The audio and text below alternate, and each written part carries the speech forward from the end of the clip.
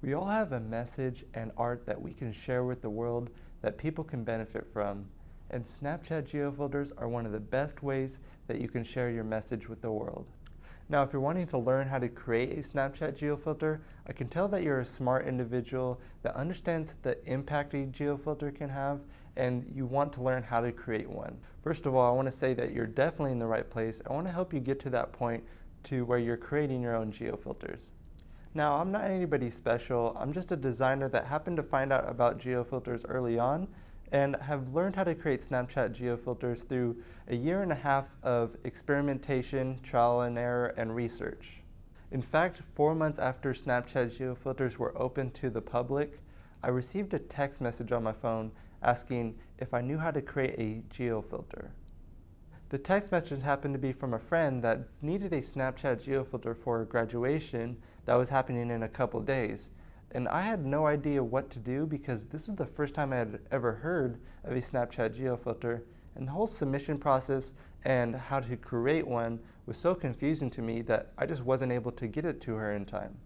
Although I was kind of bummed that I wasn't able to help my friend in time, I used that new knowledge of what a geofilter was and how to create one for my hometown. One day I spent over 10 hours straight designing and digitizing my geofilter and getting ready for it to be submitted to Snapchat. And I was extremely excited to be able to be the first geofilter for my hometown.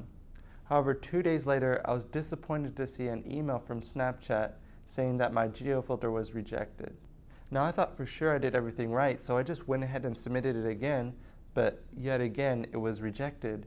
And it was then that I knew that I was doing something wrong. I just didn't know what it was.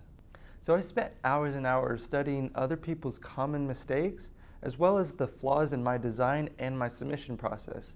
And eventually I submitted it a third time and it got accepted. I just remember being very excited after seeing that acceptance email because I was finally able to overcome those obstacles, get my geofilter accepted, and share my art with my hometown. The next day, the geofilter went live and people loved it. My friends were sending me snaps and text messages of photos of them using the geofilter, and people were also sharing it on Facebook, sending me tweets, and leaving Instagram comments thanking me for creating the geofilter. Shortly after, I had a front page interview with the local newspaper, and I also got featured in the LA Times and the Seattle Times for my geofilter. It was then that I realized that geofilters had a massive potential to get your art into people's hands and have your message be a part of their lives. Since then, I have dedicated over a year and a half of understanding geofilters, helping others get theirs accepted, and even creating geofilters for clients. For a while, I thought that creating geofilters for clients would be the best way for me to help others get their own geofilter.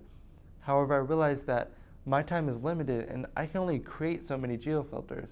So instead, I thought, how about I teach other people to create their own geofilters so they can do it themselves? And that's exactly what I've done with this Snapchat filter design course. It covers everything from if you're just getting started to if you're having trouble getting yours accepted to even how to make money creating geofilters for clients. If you want your own geofilter but you don't know where to start, this course will be perfect for you because it will take you through every step of the process and help you avoid a lot of the common mistakes that can be very time consuming and help you get your geofilter accepted sooner.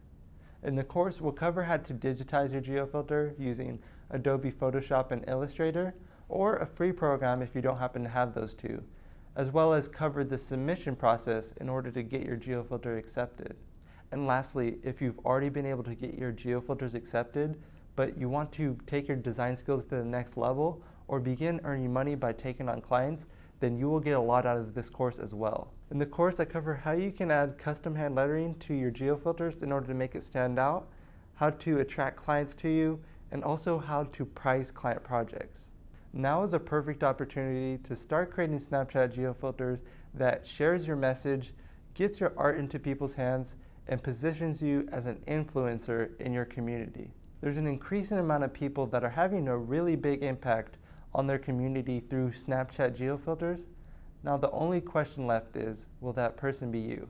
If so, the best place to start is right here with the Snapchat filter design course, and the best time to start is right now. I can't wait to see you inside.